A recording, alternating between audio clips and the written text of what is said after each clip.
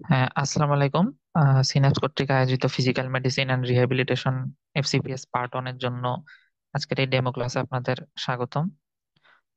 আজকে আমাদের এই ডেমো ক্লাসে আমরা থেরাপিউটিক এক্সারসাইজ নিয়ে পড়বো। থেরাপিউটিক এক্সারসাইজ থেকে দেখা যায় যে আমাদের সেকেন্ড পেপার তো এখন ওইভাবে আলাদা নাই, কিন্তু আমাদের মোটামুটি 12-13টা এমসিকিউ এসবি এগুলো আসে। তো এক্সারসাইজ রিলেটেড যে প্রশ্নগুলো আসে এগুলো দেখা যায় ঘুরে ফিরে একই জায়গা থেকে আসতেছে। কখনো আইসোটোনিক এক্সারসাইজ, আইসোমেট্রিক এক্সারসাইজ, আইসোকাইনেটিক। তো আমাদের এই জায়গায় একটু বোঝার কিছু বিষয় থাকে। দেখা যায় যে আমরা যে প্রশ্নগুলো আসতেছে অনেকে হয়তো ওইগুলো জাস্ট মুখস্থ করে চলে যাচ্ছি, বা অনেক কিছু একটু ঘুরিয়ে দিলে বা একটু যদি অন্যভাবে ব্যতিক্রম ভাবে প্রশ্ন করা হয় তখন দেখা যায় যে এটা সেভাবে পারা যাচ্ছে না। তো এর যে বিষয়গুলো আছে, থেরাপিউটিক এক্সারসাইজ কোনটা আসলে কেমন এবং কোনটার সাথে আমাদের কি কি চেঞ্জ হয়, কেমন চেঞ্জ হয় শরীরে, এইগুলা নিয়ে আমরা একটু ফিজিওলজিক্যাল ইফেক্টস গুলা আজকে পড়ার চেষ্টা করব। তো আমার পরিচয় দিয়ে নিই, আমি doctor Mohammad Mahfuz Anam. FCPS part 2 trainee ছিলাম ফিজিক্যাল মেডিসিনে। কিন্তু বর্তমানে আমি এমডি ফিজিক্যাল মেডিসিনেই আছি, ফেজে রেসিডেন্ট হিসেবে। তো আমরা যদি এক্সারসাইজ নিয়ে প্রথমে দেখি যে এক্সারসাইজ কি, আমাদের যে কোনো any activity involving body movement and posture, অর্থাৎ আমাদের যে কোনো কাজই এক্সারসাইজ বলা যাবে যদি আমাদের বডি মুভমেন্ট হয় এবং পোশ্চারের কোনো চেঞ্জ হয়। থেরাপিউটিক এক্সারসাইজ আমরা কখন বলবো, এটা একটু বোঝার বিষয়। আমরা তো এক্সারসাইজ সবগুলোই কি কি থেরাপিউটিক বলতে পারবো? পারবো না। তো আমাদের এখান থেকে একটা দেখেন প্রশ্ন আসার মতো যে থেরাপিউটিক এক্সারসাইজের ক্যারেক্টারিস্টিক্স কি, এমসিকিউ ট্রু ফলস এর জন্য। যে prescription of bodily movement to correct an impairment, improve musculoskeletal function, maintain a state of wellbeing. অর্থাৎ আমরা যদি যে কোনো প্রকার শারীরিক সমস্যা বা গঠনগত হোক বা ফিজিওলজিক্যাল হোক, আমরা এগুলো যদি কারেকশনের জন্য কোনো এক্সারসাইজ দিই, অথবা আমাদের মাস্কুলোস্কেলেটাল ফাংশন, কোনো কিছু কারেকশন না, জাস্ট ফাংশনটা ইমপ্রুভমেন্টের জন্য জন্য যদি আমরা কোনো এক্সারসাইজ দিই, অথবা ওভারঅল রোগীর ওয়েলবিং এর জন্য ও রোগীর শারীরিক অবস্থার উন্নতির জন্য যদি আমরা কোনো এক্সারসাইজ দিই, তো সেটাকে আমরা থেরাপিউটিক এক্সারসাইজ বলতে পারবো। আমি প্রত্যেকটা জায়গা থেকে আপনাদের প্রশ্ন কেমন আসতে পারে এগুলা বলে যাব, এবং কোথা থেকে প্রশ্ন আসে বা বিগত আসছে সেটাও বলে যাব। তো এখানে একটা প্রশ্ন আপনারা দেখতে পারেন যে থেরাপিউটিক এক্সারসাইজের ক্যারেক্টারিস্টিক্স কি। তো ট্রু ফলস যদি থাকে আপনারা এগুলা খেয়াল করবেন যে থেরাপিউটিক এক্সারসাইজ কিন্তু শুধুমাত্র কোনো রোগ সারার জন্য আমরা দিই না, রোগীর ওয়েলবিং এর জন্য বা মাসকুলার স্কেলেটাল ফাংশনকে ইমপ্রুভ করার জন্য আমরা দিয়ে থাকি। তো এখন আমরা যদি দেখি টাইপস অফ থেরাপিউটিক এক্সারসাইজ, তো থেরাপিউটিক এক্সারসাইজ আমরা প্রথমত অনেকভাবে ভাগ করতে পারি। তো একটা ইম্পর্টেন্ট হচ্ছে যে আমরা যদি এই নিয়ম অনুযায়ী ভাগ করি, এটা কিসের উপর ভিত্তি করে ভাগ করা আছে একটু পরে আপনাদের বলবো। Isotonic, isometric and isokinetic. তো আমাদের এই তিনটা যে এক্সারসাইজ, তিনটা এক্সারসাইজের নামের মধ্যে আপনারা দেখেন সব জায়গায় আইসো আছে, অর্থাৎ আইসো মানে সেম।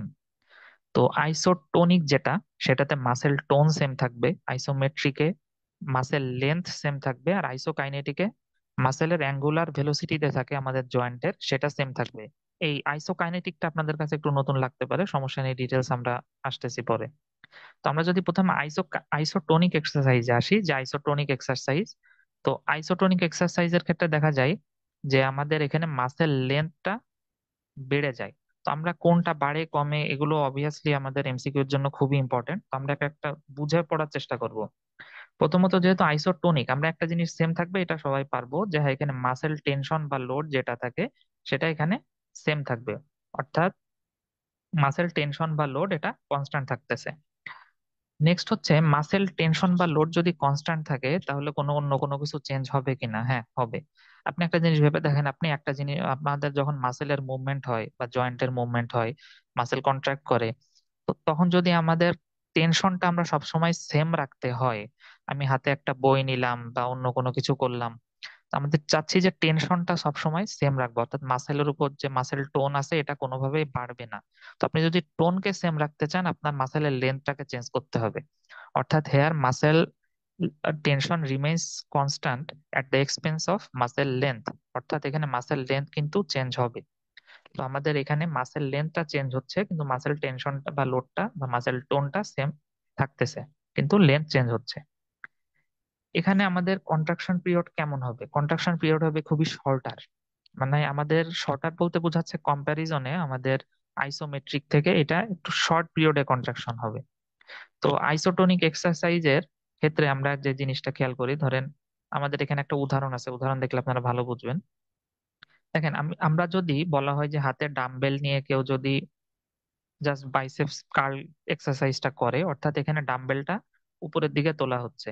তো ডাম্বেলটা যখন আপনি উপরের দিকে তুলতেছেন, তখন যে জিনিসটা হবে যে আমাদের মাসেল লেন্থ তো শর্ট হবে, মাসেল টোনটা সেম থাকবে কিন্তু মাসেল লেন্থটা শর্টেন হবে, অর্থাৎ চেঞ্জ হচ্ছে।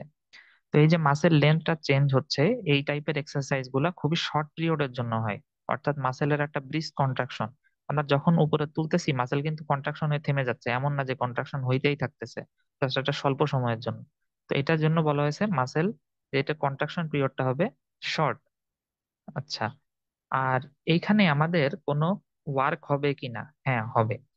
দেখেন আমাদের ওয়ার্ক বা কাজ, আমরা যেটা পড়ে আসছি ফিজিক্সে, কাজের সংজ্ঞা কি?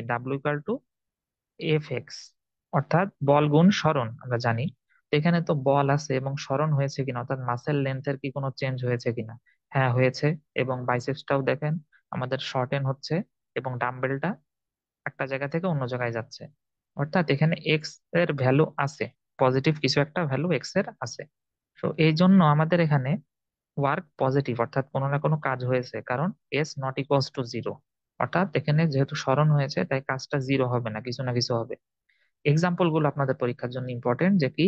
লিফটিং ওয়েট, ওয়াকিং, রানিং, অর্থাৎ আমাদের রেগুলার মুভমেন্ট, আমরা যেগুলো করে এক জায়গা থেকে অন্য জায়গায় আমাদের মুভমেন্টের মাধ্যমে যেগুলো হয়, সেগুলোই হচ্ছে আমাদের আইসোটোনিক এক্সারসাইজ। এবং আপনি দেখতে পারেন যেহেতু এতে মুভমেন্ট অ্যাসোসিয়েটেড থাকে, আইসোটোনিক এক্সারসাইজের অপর নাম কি? সেটা হচ্ছে ডাইনামিক এক্সারসাইজ। অর্থাৎ ডাইনামিসিটি, অর্থাৎ স্ট্যাটিক না, এমন একটা অবস্থা এখানে আছে। আইসোটোনিক এক্সারসাইজের পরে আমরা যদি আসি আইসোমেট্রিক এক্সারসাইজে। আইসোমেট্রিক এক্সারসাইজে তাহলে যে আইসোমেট্রিক কথাটা বলেছিলাম, অর্থাৎ এখানে মাসেল লেন্থটা আমাদের সেমই থাকবে।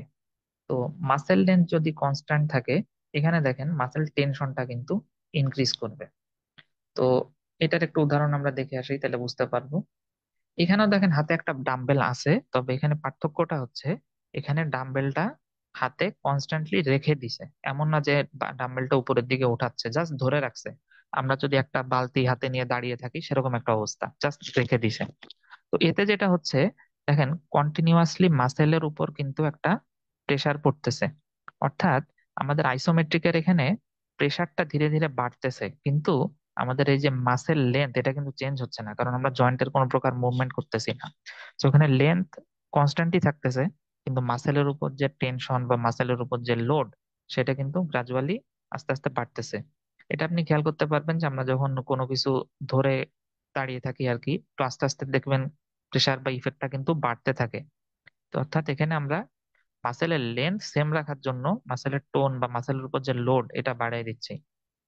তো এখানে কন্ট্রাকশন পিরিয়ড লঙ্গার হয়, আমরা কিন্তু কোনো কিছু যখন ধরে দাঁড়িয়ে থাকি একটু লম্বা টাইম, কন্ট্রাকশনের তুলনায় এটা অপেক্ষাকৃত লঙ্গার। তো এখানে কোনো কাজ হবে কিনা এই প্রশ্নে যদি আমরা আসি, যে ডাব্লু ইকুয়াল টু কি হবে? আগে তো আমরা দেখেছিলাম আইসোটোনিকের ক্ষেত্রে ডাব্লু পজিটিভ হচ্ছে। এখানে কিন্তু এই ডাম্বেলটার কোনো স্থান পরিবর্তন ঘটতেছে না, এটা যেখানে ছিল সেখানেই আছে। অর্থাৎ এখানে আমরা যদি W equal to F S, ওই সূত্রটা অনুযায়ী দেখি, তো এখানে কিন্তু এস এর মান জিরো, কারণ কোনো প্রকার সরণ এখানে ঘটে নাই, ডিসপ্লেসমেন্ট ঘটে নাই। তো ডাব্লু ডাব্লু এর ভ্যালু তাহলে কি হয়ে যাবে? দেখবেন ডাব্লু জিরো হয়ে যাচ্ছে, অর্থাৎ এখানে কোনো ওয়ার্ক হচ্ছে না। অর্থাৎ ফিজিক্সের ভাষায় এটা যদি আমরা বলতে চাই, থেরাপিউটিক এক্সারসাইজের ক্ষেত্রে আইসোমেট্রিক এক্সারসাইজে ওয়ার্ক জিরো। এটা একটু খেয়াল রাখার মতো। এখন যেহেতু এখানে কোনো প্রকার মুভমেন্ট হচ্ছে না, তো আগে আমরা দেখেছিলাম আইসোটোনিককে আমরা ডাইনামিক এক্সারসাইজ বলতেছি, এটাকে বলা হয় স্ট্যাটিক এক্সারসাইজ। অর্থাৎ এখানে একটা স্থবিরতা কাজ করতেছে। তো এক্সাম্পল গুলো, স্ট্যাটিক এর উদাহরণ গুলো দেখেন আপনারা মিলাইতে পারবেন যে এক্সাম্পল কি, এগুলো তো important. Holding weight against gravity, গ্রাভিটির এগেইনস্টে যখন আমরা কোনো ওয়েট ধরে রাখি, অথবা প্লাঙ্কিং ও আছে, প্লাঙ্কিং এক ধরনের এক্সারসাইজ, অনেকটা পুশ আপ দেওয়ার মতো, জাস্ট বডি একটা নির্দিষ্ট পোস্টারে ধরে রাখা হয়, অর্থাৎ এখানে একটি স্ট্যাটিক অবস্থা থাকবে। নেক্সট আমাদের 3 নাম্বারটা, যেটা একটু অপেক্ষাকৃত আনকমন, যে আইসোকাইনেটিক এক্সারসাইজটা কি। তো এখানে একটা জিনিস, আইসোকাইনেটিক কি বোঝার আগে আমরা দেখি, দেখেন আইসোকাইনেটিকে কিন্তু মাসেল লেন্থও বাড়তেছে, মাসেল টেনশনও বাড়তেছে। অর্থাৎ আগের কিন্তু এই দুইটার যে কোনো একটা না একটা কিন্তু আমাদের ফিক্স ছিল, যে না এর ভ্যালুটা সেমই থাকবে, সবসময় কনস্ট্যান্ট থাকবে। কিন্তু আইসোকাইনেটিক এক্সারসাইজের ক্ষেত্রে এই দুইটাই কিন্তু বাড়তেছে, অর্থাৎ দুইটাই চেঞ্জ হচ্ছে। তাহলে আইসোকাইনেটিক এক্সারসাইজে সেম কি থাকবে? সেটা হচ্ছে কনস্ট্যান্ট অ্যাঙ্গুলার ভেলোসিটি। অর্থাৎ আমাদের জয়েন্টের যে রেঞ্জ অফ মোশন আছে, আমরা যখন বাইসেপস বা এলবো জয়েন্ট কোনো কিছু কন্ট্রাক্ট করি, আমরা এলবো জয়েন্টটা ফ্লেকশন করলাম, এলবো জয়েন্টের ফ্লেকশন কত ডিগ্রি থেকে কত ডিগ্রি হচ্ছে, এটার তো একটা ভ্যালু থাকবে। তো এই ভ্যালুটা নির্দিষ্ট একটা হারেই চেঞ্জ হবে। অর্থাৎ আমরা প্রতি সেকেন্ডে ধরেন 2 ডিগ্রি করে এলবো ফ্লেক্স করতেছি, তাহলে এখানে কিন্তু অ্যাঙ্গুলার ভেলোসিটিটা সেম থাকতেছে, যে না অ্যাঙ্গুলার প্রতি সেকেন্ডে বা প্রতি মিনিটে কত ডিগ্রি কোণ আমাদের জয়েন্টটা ক্রস করে যাচ্ছে। এখানেও কন্ট্রাকশন পিরিয়ডটা শর্টার থাকবে। আর এখানে দেখেন, এখানে যেহেতু কোনোটাই জিরো নাই, মুভমেন্ট হচ্ছে, সো এখানেও এস জিরো হবে না, অর্থাৎ এখানেও একটা ওয়ার্ক থাকবে। এই এক্সারসাইজ গুলো একটু ফিক্স হারে করা মুশকিল, কারণ আমি র্যান্ডমলি আমার এলবো ফ্লেক্স করতেছি অথবা আমার নি জয়েন্ট ফ্লেক্স করতেছি, এরকম যদি করি, সেরকম করার ক্ষেত্রে কিন্তু আমি এটা ঠিক করে রাখতে পারবো না, যতই চেষ্টা করি যে না আমার প্রতি সেকেন্ডে একটা নির্দিষ্ট ডিগ্রি অ্যাঙ্গেলেই আমার জয়েন্টটা ক্রস করবে, এটা কিন্তু আমরা মেনটেন করতে পারবো না। তো এটা এক্সারসাইজ যদি দেওয়া হয়, তো সেক্ষেত্রে কিছু মেশিন ইউজ করতে হয়, যে ওই মেশিনটার সাহায্যে আপনি এটা ফিক্স রাখতে পারবেন যে আপনার জয়েন্টের অ্যাঙ্গুলার ভেলোসিটিটা কত হচ্ছে। তো এই মেশিনের একটা নাম আছে, সাইবেক্স মেশিন, একটু জাস্ট নাম জেনে রাখবেন। আর এটাতেও কিন্তু মুভমেন্ট হচ্ছে বলে এটাও ডাইনামিক এক্সারসাইজের মধ্যেই পড়বে। তো আমরা আর একটা ক্লাসিফিকেশন কিন্তু পেয়ে গেলাম, যে ডাইনামিক এক্সারসাইজ, স্ট্যাটিক। তো ডাইনামিকের মধ্যে পড়বে আমাদের আইসোটোনিক আর আইসোকাইনেটিক, আর স্ট্যাটিকের মধ্যে পড়বে আইসোমেট্রিক এক্সারসাইজ। তবে আইসোকাইনেটিক এক্সারসাইজ নিয়ে একটা কথা আপনাদের বলে রাখি, এটা কিন্তু এখন তেমন একটা ইউজ হয় না। মানে এর কাজগুলো, ফাংশন গুলো আমরা অন্য কিছু দিয়ে করে ফেলতে পারি। এখানে একটা সাইবেক্স মেশিনের আপনাদের ছবি দেখানো হয়েছে, দেখেন যে এই নি জয়েন্ট বা অন্যান্য জয়েন্টের সাথে এই মেশিনটা এমন ভাবে লাগানো যে ওনার নি, যে এই অ্যাঙ্গেলটা আছে এখানকার, এই অ্যাঙ্গেলটার ভিতরে উনি একটা নির্দিষ্ট পরিমাণ অ্যাঙ্গেলই ক্রস করতে পারবে প্রতি সেকেন্ডে, এর বেশি উনি পারবে না। অর্থাৎ এখানে অ্যাঙ্গুলার ভেলোসিটিটা ফিক্স রাখার জন্য এমন করা হয়েছে। এখন কথা হচ্ছে আমাদের কোনো এক বাস্তব জীবনে আমরা কোনটা বেশি করি, আইসোমেট্রিক, আইসোটোনিক, নাকি কোনটা? তো কথা হচ্ছে আমাদের ম্যাক্সিমাম কাজের মধ্যেই দুইটার কম্বিনেশন থাকে। অর্থাৎ আমরা সবসময় যে একদম পিওর আইসোমেট্রিক করতে পারি তাও না, সবসময় যে একদম পিওর আইসোটোনিক করতে পারি তাও না। এখানে দেখেন উনি, এই লোকটা পুশ আপ দিচ্ছে, তো পুশ আপ এক্সারসাইজের ক্ষেত্রে ওনার যেটা হচ্ছে, ওনার কিন্তু এই এলবো এখানে দেখা যাচ্ছে একদম স্ট্যান্ডার্ড স্ট্রেট, একটু পরে কিন্তু এলবোটা এরকম ফ্লেক্সড হয়ে যাবে উনি যখন মাথাটা নিচের দিকে আনবেন। অর্থাৎ ওনার এই হাতের যে মাসেল গুলো আছে এইখানে আইসোটোনিক কন্ট্রাকশন ঘটতেছে, কারণ মাসেল গুলো কন্টিনিউয়াসলি ফ্লেক্সড হচ্ছে, জয়েন্টটা আবার এক্সটেন্ডেড হচ্ছে। সো মাসেলের লেন্থ কিন্তু চেঞ্জ হচ্ছে, কিন্তু মাসেলের উপর যে লোডটা আছে বা মাসেল টোন যেটা আছে এটা কনস্ট্যান্ট থাকতেছে, এই জন্য এটা আইসোটোনিক। আবার অন্যদিকে এনার পিঠের এই যে লাইন বরাবর যে একটা স্ট্রেট, পুশ আপ দেওয়ার সময় খেয়াল করবেন একটা স্ট্রেট মাসেল একটা টান পড়ে, এইটা কিন্তু চেঞ্জ হচ্ছে না মাসেলের লেন্থ। অর্থাৎ মাসেল কিন্তু আমাদের ওই বরাবর একদম সেমই থাকতেছে লেন্থটা। তো এখানে কিন্তু আইসোমেট্রিক, এখানে মাসেল লেন্থ সেম থাকে কিন্তু মাসেলের উপর টেনশন বা লোড বেশি বাড়ে। বিশেষ করে যখন নিচের দিকে যাবেন, তারপর যখন আবার উপরে উঠতে চান, দেখবেন পিঠে একটা টান অনুভব করি আমরা। ওই টানটা অনুভব করি এই জন্যই যে লোডটা বেড়ে গেল বা মাসেল টোনটা বেড়ে গেল, কিন্তু মাসেল লেন্থ কিন্তু চেঞ্জ হচ্ছে না এখানে। তো বাস্তবে ম্যাক্সিমাম ক্ষেত্রেই কম্বিনেশন দেখা যায়। তো আপনারা মোটামুটি ওইখান থেকে একটা জিনিস মাথায় রাখবেন, যে কোনো এক্সারসাইজ, ওইটা যদি আমাদের মাসেল লেন্থটা চেঞ্জ হয় ওইটা আইসোটোনিক হয়ে যাবে, আর যদি মাসেল লেন্থ চেঞ্জ না হয় তাহলে আইসোমেট্রিক হয়ে যাবে। এই সিম্পল সূত্রটা ইউজ করলে আপনারা মোটামুটি বুঝতে পারবেন যে এক্সারসাইজের এক্সাম্পল দেখে যে এটা কোন এক্সারসাইজের আন্ডারে পড়বে। আর আইসোকাইনেটিক যেটা বললাম, শুধুমাত্র সাইবেক্স মেশিন ছাড়া আলাদা তেমন এখন আর ইউজই হয় না। তো আমাদের এখান থেকে আসা হচ্ছে মোটামুটি এক্সাম্পল গুলা, যেগুলো আমরা পড়ে ফেললাম। নেক্সট ভেরি ভেরি ইম্পর্টেন্ট হচ্ছে আমাদের বিভিন্ন ফিজিওলজিক্যাল চেঞ্জেস। এখান থেকে দেখা যায় যে প্রশ্ন এক বছর বছর বছর আসেই, কিছু না কিছু একটা প্রশ্ন এখান থেকে আসেই, যে আমাদের physiological changes in isotonic exercise, isometric exercise and others. তো আইসোটোনিক এক্সারসাইজে আমাদের কি হয় এটা আমরা একটু বুঝে পড়ি, তারপর আমি আপনাদের চার্টে দেখাবো সবগুলো কম্পেয়ার করে। তো আমাদের যে আইসোমেট্রিক এক্সারসাইজ আছে, আইসোমেট্রিক এক্সারসাইজে দেখেন, সরি আইসোটোনিক এক্সারসাইজ, সেটার ক্ষেত্রে আমাদের আইসোটোনিকে কি হয় একটু আগে আপনাদের বললাম, যে আইসোটোনিক এক্সারসাইজের ক্ষেত্রে আমাদের মাসেলের যে টোন সেটা সেম থাকবে কিন্তু মাসেল লেন্থ চেঞ্জ হবে। আচ্ছা, তাহলে মাসেলের লেন্থ যদি চেঞ্জ হয়, এটাও আপনাদের আমি সূত্রের মাধ্যমে একটু আগে দেখালাম, যে মাসেলের লেন্থ যদি চেঞ্জ হয় সেখানে কিন্তু মাসেলের ওয়ার্ক থাকে। অর্থাৎ মাসেল ওয়ার্ক কিন্তু জিরো না, এখানে কিছু না কিছু মাসেল ওয়ার্ক হবে। তো মাসেল যদি ওয়ার্ক করে, দেখেন মাসেল ওয়ার্ক করলে ওখানে কি হবে, মাসেল ওখানে রেসপিরেশন ইউজ হবে, এনার্জি প্রোডাকশন হবে মাসেল ওয়ার্কের জন্য। তো প্রথম কথা, এটার জন্য হিট জেনারেশন হবে, যেহেতু একটা এনার্জি প্রোডাকশন হচ্ছে, হিট জেনারেশন হবে। তারপরে কথা হচ্ছে, যেহেতু এনার্জি রেসপিরেশন হচ্ছে, তো কার্বন ডাই অক্সাইড হবে। সেটা আবার আমাদের মাসেলের যে সাইটোপ্লাজম আছে তার ওয়াটারের সাথে H2CO3 করে একটা প্রোটন দিবে। এবং পাশাপাশি আমাদের যদি অ্যাক্টিভিটি বাড়তে থাকে, অক্সিজেন পর্যাপ্ত না থাকে, আমরা জানি মাসেলে ল্যাকটেট প্রোডাকশন হয় অ্যানারোবিক রেসপিরেশনের মাধ্যমে, তো সেটা হইতে পারে। তো এই তিনটা জিনিস মাসেল প্রোডাক্ট করলে মাসেল ওয়ার্ক হচ্ছে এই জন্য। তো আইসোটোনিক এক্সারসাইজে মাসেল ওয়ার্ক হয় আর এগুলো প্রোডাকশন হয়।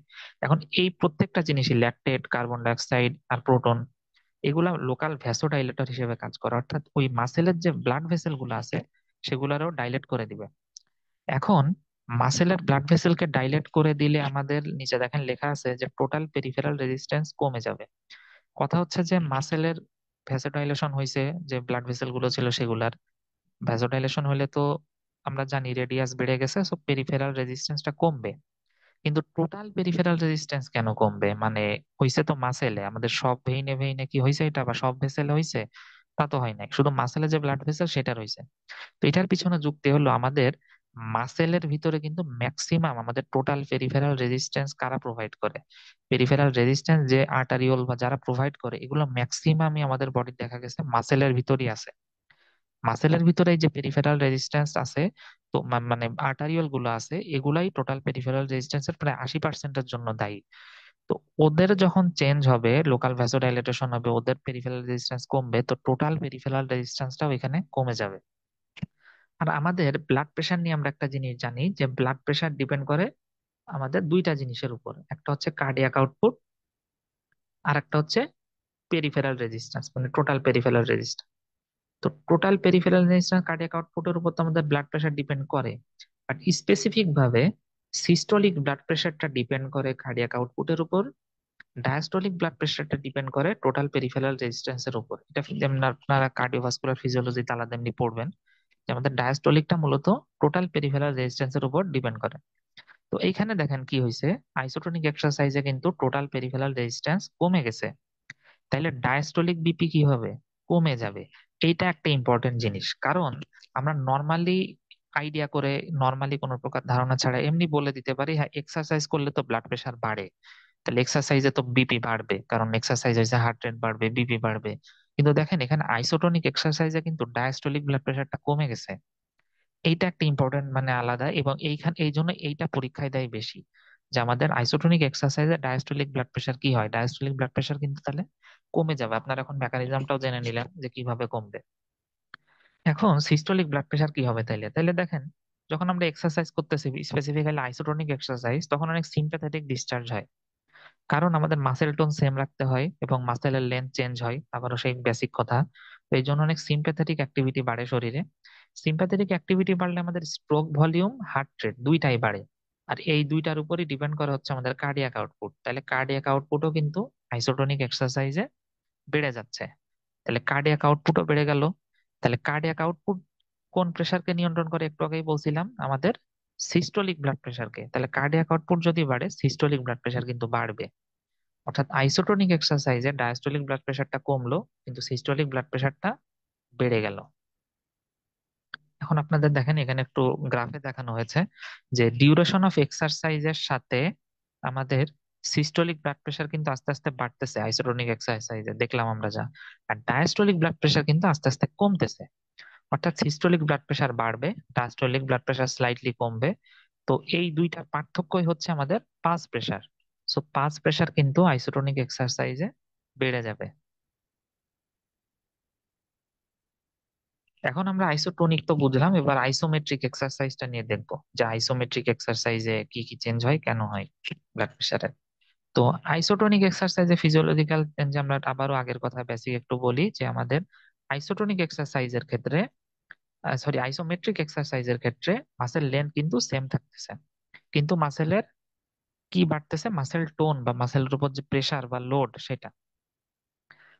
তো আইসোমেট্রিক এক্সারসাইজের একটা কথা আছে, দেখেন এখানে যেহেতু মাসেলের লেন্থ চেঞ্জ হচ্ছে না, মাসেল ওয়ার্ক একটু কম হয়, এবং এটাতে হিট জেনারেশন আগে দেখছিলাম আইসোটোনিকে বেশি হয়, এটাতে অপেক্ষাকৃত কম হিট জেনারেশন হবে।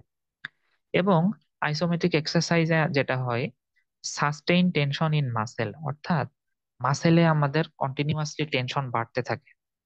কারণ আমরা তো জানি আইসোমেট্রিক, সো টেনশন বা লোডটা মাসেল টোনটা বাড়বে। এখন মাসেলের ভিতরে ভিতরেই তো থাকে ওই যে বলছিলাম ব্লাড ভেসেল গুলা। তো মাসেলের ভিতরে ভিতরে যে ব্লাড ভেসেল গুলো আছে, মাসেলের টোন বা প্রেসার যখন বাড়ে, তো এই ব্লাড ভেসেল গুলো একটু কম্প্রেসড হয়ে যায়, কারণ মাসেলটা চাপ দেয়, কারণ মাসেলের টান প্রেসার বেড়ে গেছে। তো তোর ভিতরের যে ব্লাড ভেসেল ওগুলোরও প্রেসার বেড়ে যায়, এই জন্য এটা কনস্ট্রিক্টেড হয়ে যায়, হালকা কম্প্রেসড হয়ে যায়। তো কম্প্রেস যদি হয়, আমরা জানি যে ডায়ামিটার কমে যাবে, আর ডায়ামিটার কমলে পেরিফেরাল রেজিস্ট্যান্সটা বেড়ে যাবে। আর একটু আগে যা বলছিলাম, আমাদের মাসেলের এই ব্লাড ভেসেল গুলোই মূলত টোটাল পেরিফেরাল রেজিস্ট্যান্সে ভূমিকা রাখে। তো মাসেলের এই ব্লাড ভেসেল গুলো কম্প্রেসড হওয়ার ফলে ওভারঅল টোটাল পেরিফেরাল রেজিস্ট্যান্স বেড়ে যায়। আর পেরিফেরাল রেজিস্ট্যান্সের উপরে কোন ব্লাড প্রেশার ডিপেন্ড করে, এটা আমরা একটু আগে দেখছিলাম, ডায়াস্টোলিক ব্লাড প্রেশার। তো এখানে যেহেতু টোটাল পেরিফেরাল রেজিস্ট্যান্স বেড়ে গেছে, এখানে ডায়াস্টোলিক ব্লাড প্রেশার বেড়ে যাবে। অর্থাৎ একটা আমরা খুবই ইম্পর্টেন্ট এবং পরীক্ষায় বারবার আসে এমন একটা পার্থক্য পেয়ে গেলাম, যে আইসোমেট্রিক এক্সারসাইজে ডায়াস্টোলিক ব্লাড প্রেশার বাড়বে, আর আইসোটোনিক এক্সারসাইজে কিন্তু ডায়াস্টোলিক ব্লাড প্রেশার কমবে। আর হার্ট রেট আর স্ট্রোক ভলিউমের উপর আমরা যদি ইফেক্টটা দেখি, দেখেন আইসোমেট্রিক এক্সারসাইজের জন্য হার্ট রেট বাড়বে, কারণ সিম্প্যাথেটিক অ্যাক্টিভিটি বাড়ে, সো হার্ট রেট বাড়বে, বাড়লো। কিন্তু টোটাল পেরিফেরাল রেজিস্ট্যান্স যখন বেড়ে যায়, তখন কিন্তু ভেনাস রিটার্ন কমে। কারণ যেহেতু পেরিফেরালি রেজিস্ট্যান্ট, তো ব্লাড কিন্তু খুবই স্মুথলি যে হার্টে ফেরত আসতে পারে ভেইন দিয়ে, সেটা না। তো ভেনাস রিটার্ন যদি কমে, স্ট্রোক ভলিউমও কমবে। তাহলে দেখেন হার্ট রেট বাড়ে, স্ট্রোক ভলিউম আবার কমে। তো দুইটার দুইটার আমরা জানি দুইটারে গুণ করলে আমাদের পাওয়া যায় হচ্ছে কার্ডিয়াক আউটপুট। দুইটার গুণ করলে কার্ডিয়াক আউটপুটটা পাই আমরা। তো একটা বাড়ছে আর একটা কমছে।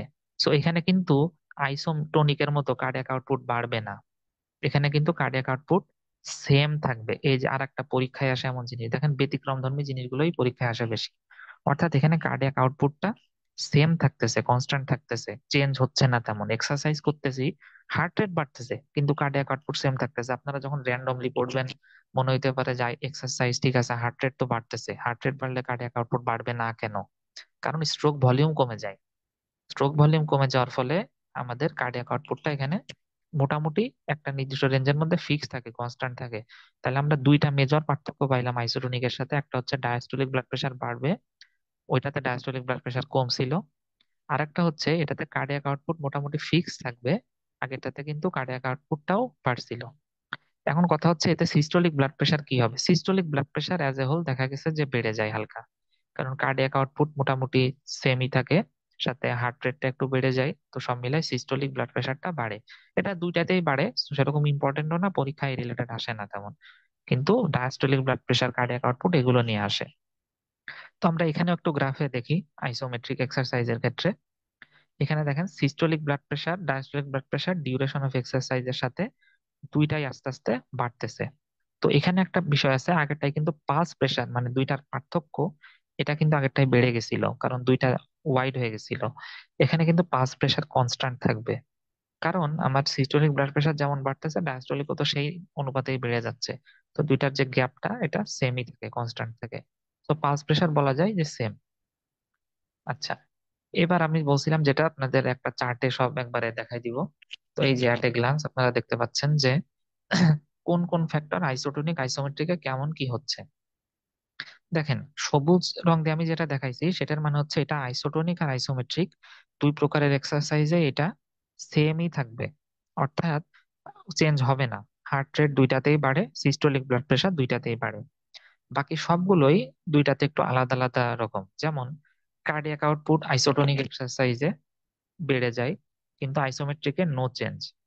আবার স্ট্রোক ভলিউম এতে বাড়ে, এটাতে স্ট্রোক ভলিউম কমে। টোটাল পেরিফেরাল রেজিস্ট্যান্স আইসোটোনিকে কমে যায়, আইসোমেট্রিকে বেড়ে যায়। Blood flow to the muscle বেড়ে যায় হচ্ছে আইসোটোনিকে, ডিক্রিজ হয়ে যায় আইসোমেট্রিকে। আবার ডায়াস্টোলিক ব্লাড প্রেশার, সেটাও একটু ইম্পর্টেন্ট, পরীক্ষায় আসে বারবার, যে আইসোটোনিকে কমে আর এই আইসোমেট্রিকে বাড়ে।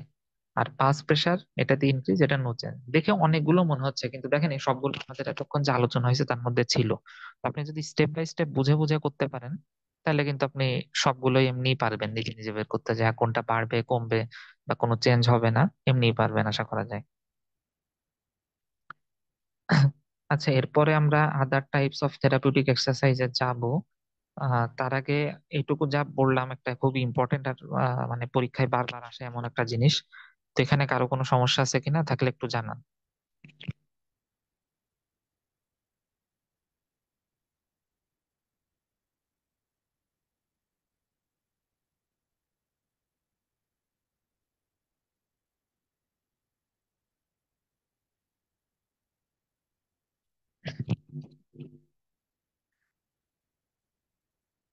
আচ্ছা, ঠিক আছে, কারো কোনো যদি কোনো সমস্যা না থাকে আমরা পরে আগাই। যে আদার টাইপস অফ থেরাপিউটিক এক্সারসাইজ, আমরা প্রথমে বলে আসছিলাম যে অনেক ভাবেই ভাগ করা যায় থেরাপিউটিক এক্সারসাইজকে, আমরা একটা ক্লাসিফিকেশন পড়লাম, সাথে সাথে স্ট্যাটিক আর ডাইনামিকটাও আমাদের পড়া হয়ে গেল। এখন আদার টাইপস এর ভিতরে আমরা দেখতে পাচ্ছি যে অ্যাক্টিভ, প্যাসিভ, রিল্যাক্সেশন, লিম্বারিং আপ, এই চারটা মেজর ক্রাইটেরিয়া আবার ভাগ করা যায় এক্সারসাইজকে। তো অ্যাক্টিভের ভিতর আবার active assisted, active resisted, progressive resisted, isometric আছে। তো আমাদের এই এক্সারসাইজ গুলো নিয়ে আমরা একটু এখন জানবো যে অ্যাক্টিভ। তাহলে আমাদের যে, আচ্ছা একটা প্রশ্ন আছে,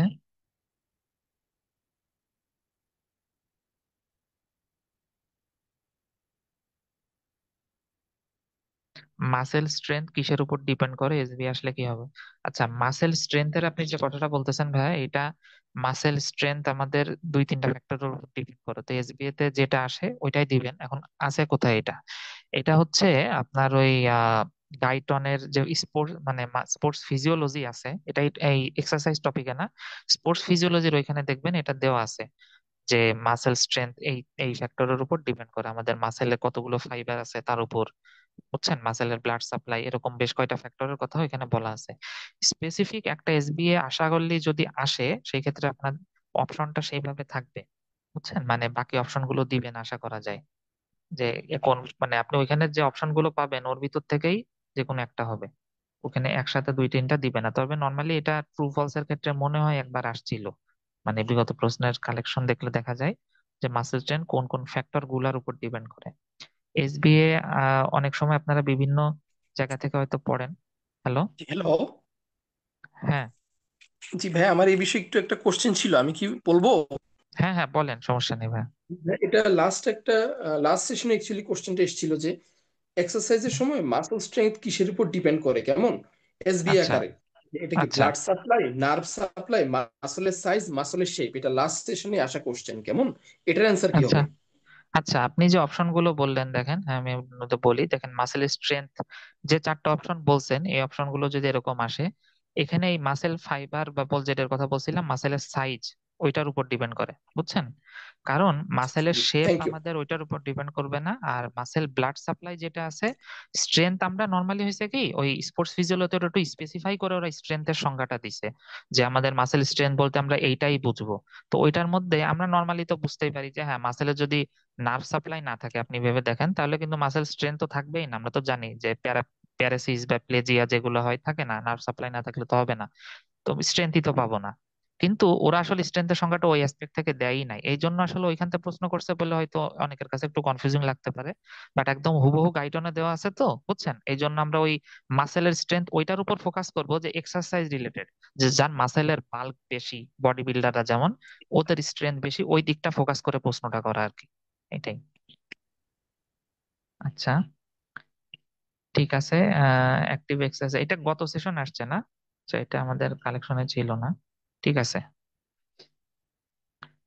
অ্যাক্টিভ এক্সারসাইজে যদি আমরা আসি, অ্যাক্টিভ এক্সারসাইজ মানে এখানে পেশেন্ট নিজে নিজে এক্সারসাইজ করবে, তাকে আমরা নিজেরা আলাদাভাবে মুভ করাই দিব না, সে করবে, আমরা কিছুটা হেল্প করতে পারি। যেমন অ্যাক্টিভ অ্যাক্টিভ এক্সারসাইজের ক্ষেত্রে আছে অ্যাক্টিভ অ্যাসিস্টেড, অর্থাৎ এখানে পেশেন্ট পার্টলি ফোর্স দিবে, পার্টলি থেরাপিস্ট দিবে। এটা করা হয় নর্মালি যখন দেখা যায় যে পেশেন্ট নিজে ফুললি মুভ করতে পারতেছে না, হাঁটার চেষ্টা করতেছে, খানিকটা পারতেছে, আবার পড়েও যাইতে পারে। তো এখানে কি হয়, থেরাপিস্ট পাশাপাশি হেল্প করে, তো এটা হচ্ছে অ্যাক্টিভ অ্যাসিস্টেড। অ্যাক্টিভ রেজিস্টেড হচ্ছে পেশেন্ট নিজে স্ট্রং, সে নিজেই মাসেলের কন্ট্রাকশন এগুলো করতে পারে, আমরা এখানে একটা ফিক্সড রেজিস্ট্যান্সের এগেইনস্টে পেশেন্টকে ফোর্স দিতে বলি, অর্থাৎ এখানে আমরা পেশেন্টের মাসেল পাওয়ার বাড়ানোর চেষ্টা করি, এটা হচ্ছে অ্যাক্টিভ রেজিস্ট্যান্স। আর প্রোগ্রেসিভ রেজিস্ট্যান্স যেটা, সেটা হচ্ছে গ্রাজুয়ালি আমরা রেজিস্ট্যান্সটা বাড়াইতে থাকি। অর্থাৎ পেশেন্ট রেগুলারলি হয়তো মাসেল কন্ট্রাকশন করার চেষ্টা করে, আমরা সেটাতে বাধা দিই এবং এই বাধার পরিমাণ দিনে দিনে আমরা বাড়াই, অর্থাৎ পেশেন্টের মাসেল পাওয়ার যাতে যাতে ধীরে ধীরে ইমপ্রুভ হয় আরো বাড়ে সেই জন্য। আর আইসোমেট্রিক একটা অ্যাক্টিভ এক্সারসাইজ আছে, এটার ফাংশন হচ্ছে পোস্চার আর ব্যালেন্স মেনটেন করা। এখান থেকে জাস্ট ফাংশন গুলো পড়েন, এখান থেকে প্রশ্ন ডাইরেক্ট আসে নাই কখনো, কিন্তু যেহেতু সিলেবাসে আছে সব পড়ে রাখা উচিত। প্যাসিভ এক্সারসাইজ যেটা আছে, প্যাসিভ হচ্ছে পেশেন্ট নিজে মুভ করতে পারবে না, এবং ফুল রেঞ্জ অফ মোশন যেটা আছে সেটা থেরাপিস্ট বা কোনো ইনস্ট্রুমেন্টের মাধ্যমে হবে, no effort from the patient. এটা কাদের জন্য উপযোগী? যারা ফুললি ডেবিলিটেড তেমন পেশেন্টের জন্য। রিল্যাক্সেশন এক্সারসাইজে যদি আসি, এটা কোথায় করা হয়? রিল্যাক্সেশন এক্সারসাইজ করা হয় কোয়াইট সেমি ডার্কেন রুম, অর্থাৎ এই এক্সারসাইজের কাজ হচ্ছে পেশেন্টকে রিল্যাক্স করা। এটাকেও আমরা একটা এক্সারসাইজের আন্ডারে নিয়ে আসছি, যে হাইট এটাও একটা প্রকারের এক্সারসাইজ। পেশেন্ট একটা আধা অন্ধকার একটু এরকম একটা রুমে থাকবে, বেডের উপর শুয়ে থাকবে এবং স্লোলি ব্রিথিং করবে। কোনো কিছু ফাস্ট হবে না, কোনো সাউন্ড থাকবে না, এবং সমস্ত মাসেলকে একে একে সে জয়েন্টকে রিল্যাক্স করে ছেড়ে দিবে। এটা হচ্ছে রিল্যাক্সেশন এক্সারসাইজ, অনেকটা ইয়োগার মতো বলতে পারেন। লিম্বারিং আপ এক্সারসাইজ এটা একটু আলাদা রকম, এটা হচ্ছে ম্যাক্সিমাম ক্ষেত্রে দেখা যায় এটা কাদের দেওয়া হয়? যাদের কোনো প্রকারের জয়েন্ট স্টিফনেস থাকে, কোনো আর্থ্রাইটিস বা কোনো কারণে যদি জয়েন্ট স্টিফনেস থাকে পেইনফুল, এবং সে জয়েন্ট মুভ করতে পারতেছে না। আমাদের জয়েন্ট স্টিফ থাকলে সেটার এক্সারসাইজ হচ্ছে জয়েন্টটাকে মুভ করতে হবে। এখন পেশেন্টের তো অনেক ব্যথা, সে তো মুভ করতে পারতেছে না। তো এই ক্ষেত্রে আমরা যেটা করি, পেশেন্টকে প্রথমে একটা হট শাওয়ার দেওয়া হয়। গরম পানিতে গোসল করলে যেটা হয়, দুইটা উপকার, একটা হচ্ছে তার পেইন সেন্সিটিভিটি কমে যায়, আর একটা হচ্ছে তার যে লিগামেন্ট বা এগুলা আছে এগুলা গরম লাগার ফলে হালকা একটু রিল্যাক্স হওয়ার মতো থাকে। তো আমরা ইজিলি জয়েন্টটাকে মুভ করতে পারবো। তো এটাকে বলা হয় লিম্বারিং আপ। তো রিউমাটোলজিক্যাল হ্যান্ড যাদের থাকে, বিশেষ করে রিউমাটোলজিক্যাল কন্ডিশন, সেগুলোর ক্ষেত্রে এটা দেওয়া হয়। এখন থেরাপিউটিক এক্সারসাইজের তাইলে গোল কি? আমাদের বলছিলাম যে এটা জাস্ট পেশেন্টের সুস্থ হওয়ার জন্য না, সুস্থ থাকার জন্য বা মাসেল পাওয়ার বাড়ানোর জন্য এগুলো হবে ইউজ। তো আপনারা এগুলো একবার রিডিং দিলেই পারবেন, এগুলো থেকে জাস্ট ট্রু ফলস আসার মতো আসতে পারে, তাছাড়া অন্য কিছু না, তেমন ইম্পর্টেন্টও না। Enable ambulation, release contracted muscle, mobilise joints, improve circulation, respiratory capacity, coordination, rigidity কমানো, ব্যালেন্স ইমপ্রুভ করা, এগুলা। আচ্ছা, আরো এক প্রকারের থেরাপিউটিক এক্সারসাইজের ক্লাসিফিকেশন, সেটা হচ্ছে আমাদের মেটাবলিজমের উপর ডিপেন্ড করে, যেটা অ্যারোবিকও হইতে পারে, অ্যানারোবিকও হইতে পারে। তো অ্যারোবিক অ্যানারোবিকের মধ্যে আমরা যদি আসি, অ্যানারোবিক এক্সারসাইজ, অ্যানারোবিক এক্সারসাইজ খুবই শর্ট পিরিয়ড অফ টাইমের জন্য হয়, অর্থাৎ এটা খুব লং টার্মের জন্য হবে না। এটা কখন হয়? যখন আমরা দৌড়ানো বা কোনো অ্যাক্টিভিটি শুরু করি খুব ফোর্সের সাথে, তো তখন দেখা যায় আমাদের যে এটিপি গুলো জমা থাকে সেগুলো খরচ হয়ে যায়। এটিপি যখন জমা, এটিপি খরচ হয়ে যায়, তখনই আমাদের মাসেল ট্রাই করে নতুন এটিপি প্রোডাকশন করার। এখন আমাদের অক্সিজেন, আমরা এজন্য জানেন রেসপিরেটরি রেট বাড়ে, হার্ট রেট বাড়ে, কার্ডিয়াক আউটপুটও বাড়ে। তো এগুলো হয়ে আমাদের অক্সিজেন যে এক্সট্রা ব্লাডে ঢুকবে সেগুলো মাসেলে তো যাবে, পৌঁছানোর আগ পর্যন্ত অক্সিজেন তো থাকে না, কিন্তু আমরা তো দৌড়াচ্ছি, আমাদের মাসেল কন্ট্রাক্ট করতেছে, তার তো এনার্জি দরকার। তো এই এনার্জির জন্য সে তখন অ্যানারোবিক মেটাবলিজমে সুইচ করে। অর্থাৎ এটা প্রথম দিকে হয়, এক্সারসাইজের কখন হয়? প্রথম দিকে, এবং খুবই শর্ট পিরিয়ড অফ টাইমের জন্য হয়, এবং এটা তখনই হবে যখন ইন্টেন্সিটি খুব হাই থাকবে। অর্থাৎ হাই ইন্টেন্সিটি এক্সারসাইজ করছি, সমস্ত এটিপি যা জমা ছিল খরচ হয়ে গেছে। এই অ্যানারোবিক সিস্টেমের মধ্যে আছে আমাদের ফসফাজেন সিস্টেম আর গ্লাইকোজেন ল্যাকটিক অ্যাসিড সিস্টেম। এই দুইটা সিস্টেম অ্যানারোবিক এক্সারসাইজের মধ্যে।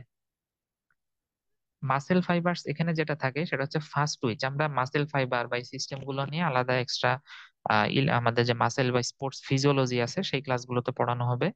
কিন্তু এখানে একটু হালকা বলে রাখি যে আমাদের ফাস্ট টুইচ মাসেল ফাইবার যেগুলো আছে, নাম শুনে আপনারা বুঝতে পারছেন যেটা ফাস্ট অ্যাক্টিভিটির জন্য ইউজ হয়, এবং এই ক্ষেত্রে energy muscle metabolic system use করা হয় ফসফাজেন এবং গ্লাইকোজেন ল্যাকটিক অ্যাসিড। আমাদের অ্যানারোবিক এক্সারসাইজের কাজ কি, পারপোজ কি তাইলে? আমরা সেটা হচ্ছে, আমরা যেহেতু খুবই শর্ট টাইমের জন্য একটা ইন্টেন্স অ্যাক্টিভিটি করতেছি, এটা হচ্ছে আমাদের মাসেলকে ইন্টেন্স অ্যাক্টিভিটির জন্য প্রিপেয়ার করতেছি, অর্থাৎ মাসেল বাল্ক এবং মাসেল পাওয়ার বাড়ানো।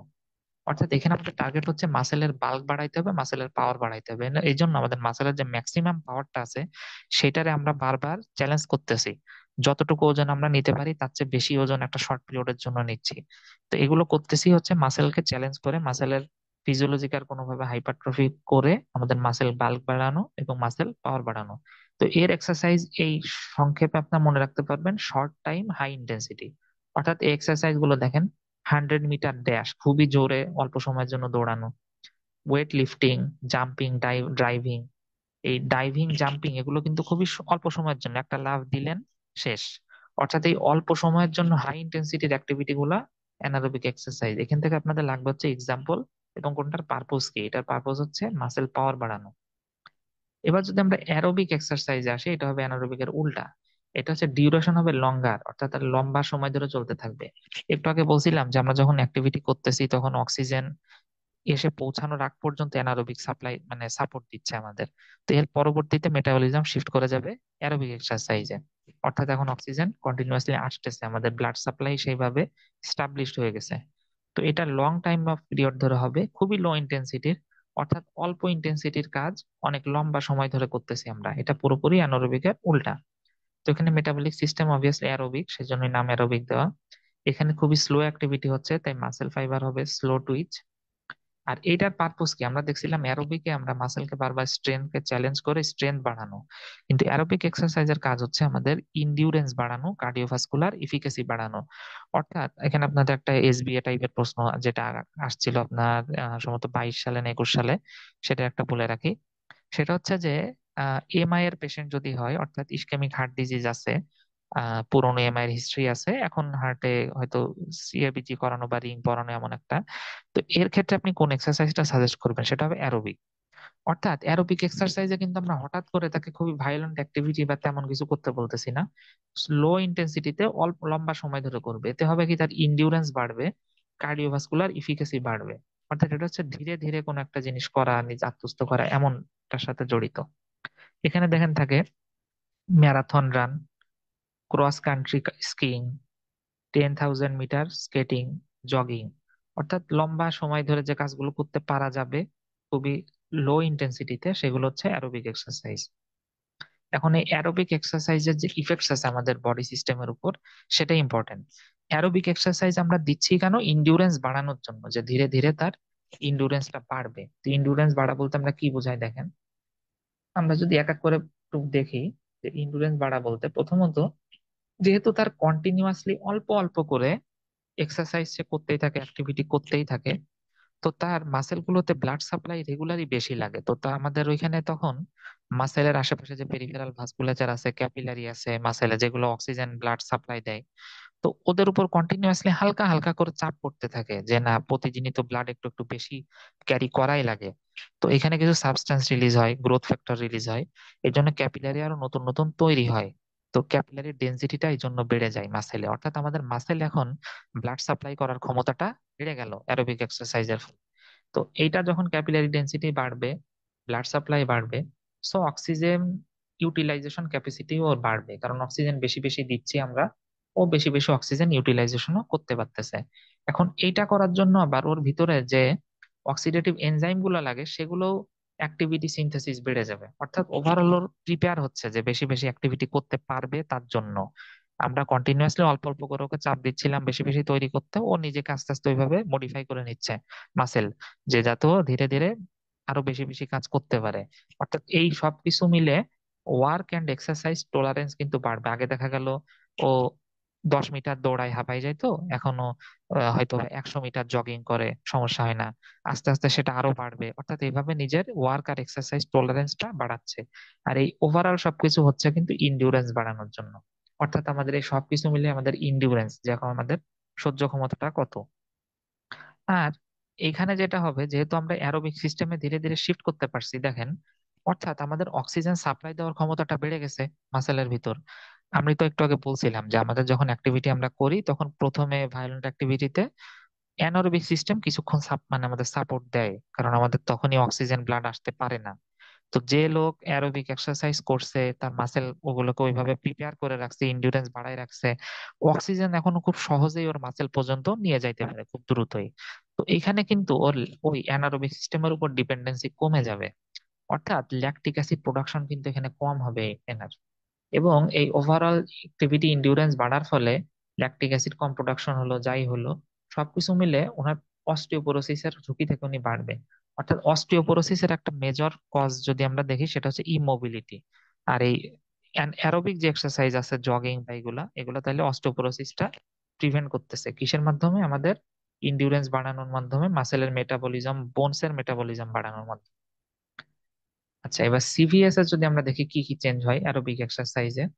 অ্যারোবিক এক্সারসাইজে তার লেফট ভেন্ট্রিকুলার ইন ডায়াস্টোলিক ভলিউমটা বাড়বে। অর্থাৎ তার ডায়াস্টলের যে ক্যাপাসিটি বা ওভারঅল হার্টের ক্যাপাসিটি এগুলো সবই বেড়ে যাবে। স্ট্রোক ভলিউম বাড়বে, পেরিফেরাল ব্লাড ফ্লো বাড়বে, কার্ডিয়াক মাসেলের ইফিকাসি বাড়বে, এবং ফিব্রিনোলাইসিস কম হবে। এখানেও একটা কথা, স্ট্রোকের পেশেন্ট যে বেড রিডেন আছে, আমাদের কমন একটা কমপ্লিকেশন হচ্ছে ডিভিটি, অর্থাৎ আমাদের ডিপ থ্রম্বোসিস হয়।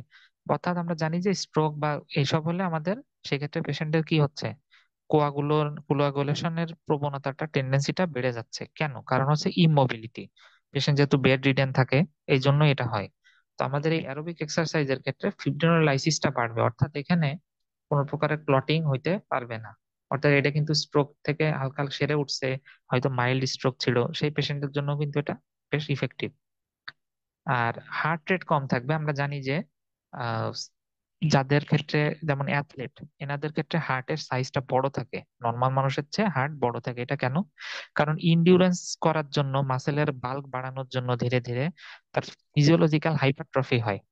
অর্থাৎ কন্টিনিউয়াসলি তার হার্টের উপর একটা চাপ পড়তে পড়তে ফিজিওলজিক্যাল একটা হাইপারট্রফি হয়ে যায়, হার্টের পাওয়ার বেড়ে যায়। তো এই ক্ষেত্রে যেটা হয়, যেহেতু ফিজিওলজিক্যাল হাইপারট্রফি হয়েছে, তার হার্টের মাসেলের পাওয়ারটা একটু বেশি। তো তার যখন মাসেলটা কন্ট্রাক্ট করে, অর্থাৎ সিস্টল হয় ভেন্ট্রিকলে, এই স্ট্রোক ভলিউমটা অনেক বেড়ে যায়। এখন ব্লাড প্রেশার আমরা জানি দুইটা জিনিসের উপর ডিপেন্ড করে এগেইন, একটা হচ্ছে কার্ডিয়াক আউটপুট, আর হচ্ছে আমাদের টোটাল পেরিফেরাল রেজিস্ট্যান্স। তো আমাদের এই ক্ষেত্রে কার্ডিয়াক আউটপুট কিসের কিসের উপর ডিপেন্ড করে? কার্ডিয়াক আউটপুট, হার্ট রেট, আর স্ট্রোক ভলিউম। এখন আমাদের অ্যাথলেট বা যারা অ্যারোবিক এক্সারসাইজ করছে, তাদের তো স্ট্রোক ভলিউম বেশি। এখন স্ট্রোক ভলিউম বেশি হইলে তো কার্ডিয়াক আউটপুট বেশি হয়ে যাবে, কিন্তু সেটা তো হইতে গেলে শরীরের জন্য সমস্যা। তো সেটার জন্য কম্পেনসেটরি মেকানিজম হিসেবে অ্যাথলেটদের যেহেতু স্ট্রোক ভলিউম বেশি থাকে, তাদের হার্ট রেটটা একটু কম থাকে। হার্ট রেট কম থেকে এটাকে কম্পেনসেট করে দিয়ে ওভারঅল কার্ডিয়াক আউটপুটটাকে সেমই রাখে। সো এই জন্য বলা হয়েছে যে decreased heart rate at given oxygen uptake, অর্থাৎ হার্ট রেটটা একটু কমে যায়, ব্লাড প্রেশারটা একটু কমে যায়, এবং টোটাল পেরিফেরাল ভাস্কুলার রেজিস্ট্যান্স কমে।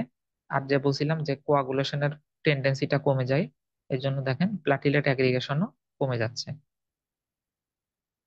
এরপর আমরা মেটাবলিক যদি ইফেক্ট গুলো দেখি, উপকারী কি হয়, এইচডিএল বাড়বে, ফ্যাটি অ্যাসিড বাড়বে, টলারেন্স বাড়বে, এন্ডোরফিন রিলিজ বাড়বে। অর্থাৎ যেহেতু কন্টিনিউয়াসলি অল্প অল্প করে আপনি শরীরকে চাপ দিচ্ছেন, এন্ডোরফিন রিলিজ হয়, যেটা আমাদের বডির ওপিওয়েড, এটা ইন্ট্রিনসিক ওপিওয়েড, এটা পেইন সেন্সিটিভিটি এগুলো কমায়। ট্রাইগ্লিসারাইড কমবে, ব্লাড গ্লুকোজ লেভেল কমবে, পেইন থ্রেশহোল্ড যেটা বলছিলাম এন্ডোরফিনের জন্য, পেইন থ্রেশহোল্ড বা পেইন এগুলোও কমবে। অর্থাৎ পেইন থ্রেশহোল্ডটা বাড়বে, পেইন সেন্সিটিভিটিটা কমবে। আচ্ছা, এর বাদে আর কোনো আমরা আলাদা ট্রেনিং বা এক্সারসাইজ রিলেটেড কিছু যা যা করি, আমরা ইন্ডিউরেন্সের কথাটা একটু আগে বলছিলাম, সেটার কথায় যদি আসি, এটা তিন ভাগে ভাগ করা যায়। একটা হচ্ছে ইন্ডিউরেন্স, একটা হচ্ছে রেজিস্ট্যান্স, আর একটা হচ্ছে ফ্লেক্সিবিলিটি। এখন কোনটা আমরা কি জন্য করি? ইন্ডিউরেন্স ট্রেনিং যেটা করা হয়, এটা ওই অ্যারোবিক এক্সারসাইজের মাধ্যমে করা হয়। দেখেন, এটা হয় continuous or intermittent for 20 to 30 minutes, minimum 10 minutes per day. অর্থাৎ এটা অল্প করেই করতে হবে, কিন্তু রেগুলার বেসিসে করতে হবে, এতে শরীরে ইন্ডিউরেন্সটা বাড়বে। এটা টাইপ আমরা জানি, এখন পারবো, সেটা হচ্ছে অ্যারোবিক, কারণ ইন্ডিউরেন্সটা অ্যারোবিকেরই ফাংশন। এটা কিভাবে করা হয়? প্রথমে একটু ওয়ার্ম আপ করা হয়, তারপর ইন্ডিউরেন্স ট্রেনিং করা হয়, তারপর কুল ডাউন। এই কুল ডাউনটা কিন্তু ইম্পর্টেন্ট, অর্থাৎ শেষে একটু কুল ডাউন পিরিয়ড রাখতে হয়, বডিকে রেস্ট করতে দিতে। এখন ইন্ডিউরেন্স ট্রেনিং কাদের দিব? যাদের কার্ডিয়াক রিহ্যাবিলিটেশন প্রয়োজন, করোনারি আর্টারি ডিজিজ ছিল বা আগে একটা বাইপাস হয়েছে এমন, পালমোনারি রিহ্যাবিলিটেশন, সিওপিডি বা টিবির ফলে লাংসের ক্যাপাসিটি কমে গেছে তাদের, ওবেস পেশেন্টদের, ডায়াবেটিক পেশেন্টদের, যারা প্রলং ইমোবিলাইজ আছে, অস্টিওপোরোসিস। অর্থাৎ অ্যারোবিক এক্সারসাইজের উপকারগুলো আমরা যাদের দিতে পারবো, তাদের সবাইকেই আমরা কি দিব? ইন্ডিউরেন্স ট্রেনিং দিব, মাসকুলার ডিস্ট্রফি এগুলো ট্রিটমেন্টে। ইন্ডিউরেন্স ট্রেনিং আমরা কাদের দিব না, এটার একটা কথা আছে, সেটা হচ্ছে আনস্টেবল অ্যাঞ্জাইনা। আমরা প্রায়র ইসকেমিক ডিজিজ থাকলে দিচ্ছি, কিন্তু এখনো অ্যাক্টিভ ডিজিজ আছে, বা আনস্টেবল অ্যানজাইনা আছে, এদের কিন্তু দিব না। এক্ষেত্রে কিন্তু ইন্ডিউরেন্স ট্রেনিং করতে যায় উল্টা হার্টে আর্টারি সাপ্লাই যেহেতু অলরেডি ব্লক আছে, তার ইফিকাসি কম, তখন কিন্তু সমস্যা হয়ে যাবে। ওইটা ট্রিটমেন্ট আগে করে নিতে হবে, তারপরে endurance training. Severe resting hypertension, heart block, high তারপর severe atrial ventricular arrhythmia, febrile illness, জ্বর থাকা অবস্থায় করা যাবে না। Uncompensated liver fail, heart failure, pregnancy. জ্বর থাকা অবস্থায় করা যাবে না এই জন্য যে আমাদের জ্বর থাকলে এমনি শরীরে মেটাবলিক অ্যাক্টিভিটি বাড়ে, সেটার জন্য তো টেম্পারেচার বেড়ে যায়। তো এর ভিতরে এক্সারসাইজ বা ইন্ডুরেন্স ট্রেনিং এগুলা দেওয়া যাবে না। প্রেগনেন্ট একটা ভালনারেবল অবস্থা প্রেগনেন্সি, তো এই অবস্থায়ও আমরা কোনো প্রকার শরীর চ্যালেঞ্জ বা কোনো প্রকার আলাদা ইন্ডিউরেন্স তৈরি করার ওটা মোটেও আইডিয়াল সময় না, তো তখন দিব। রেজিস্ট্যান্স ট্রেনিং যেটা আছে এটা হচ্ছে আমাদের ইন্টারমিডিয়েট করতে হয়। এটা অ্যানারোবিক টাইপের, এটা টার্গেট হচ্ছে মাসেল বার বা পাওয়ার বাড়ানো, অর্থাৎ কোনো রেজিস্ট্যান্সের এগেনস্টে নিজের এক্সারসাইজ বা ট্রেনিংটা করা। সেটা কিভাবে, যে আমরা জানি যখন আমরা ডাম্বেল তুলি অথবা আমরা কোনো ভারী কিছু তুলে আমাদের মাসেল পাওয়ার বাড়ানোর চেষ্টা করি, সেইটা অর্থাৎ এটা শর্ট টার্ম করা হয়, টার্গেট মাসেল বাল্ক বা মাসেল পাওয়ার বাড়ানো, কোনো রেজিস্ট্যান্সের এগেনস্টে আমাদের মাসেলটাকে কন্ট্রাক্ট করা, তো এটা টাইপ হচ্ছে অ্যানারোবিক। ফ্লেক্সিবিলিটি ট্রেনিং এ যদি আসি, ফ্লেক্সিবিলিটি ট্রেনিংটা কি? এইটার টার্গেট হচ্ছে একটু অন্যরকম, এটা হচ্ছে বডিকে ফ্লেক্সিবল করা। এটা যারা জিমন্যাস্ট থাকে, বিশেষ করে অ্যাক্রোব্যাটিক বিভিন্ন প্রকার প্রদর্শনী করে, তাদের জন্য এটা উপযোগী। এটা টার্গেট হচ্ছে জয়েন্টের ফ্লেক্সিবিলিটি বাড়ানো আর জয়েন্ট স্টিফনেস কমানো। অর্থাৎ অনেকে দেখবেন যে হাত দিয়ে পা বাঁকাই দিচ্ছে একদিকে অন্যদিকে, এইগুলা যখন হয় জয়েন্ট ফ্লেক্সিবল করা, টার্গেটই হচ্ছে ফ্লেক্সিবিলিটি ট্রেনিং। এটা কন্টিনিউয়াস করতে হয় অলমোস্ট এভরিডে, অর্থাৎ প্রতিনিয়ত আমরা মাসেল বা ওইটার আশেপাশে যে লিগামেন্ট টেন্ডন আছে সেগুলো অল্প অল্প করে স্ট্রেচ করব, যাতে ওটার ফ্লেক্সিবিলিটি বাড়ে, অর্থাৎ ইলাস্টিসিটি বেড়ে যায়। এটা অল্প সময়ের জন্য মাসেলে একটা প্রেসার দেওয়া হয়, এই জন্য এটাও অ্যানারোবিক টাইপের।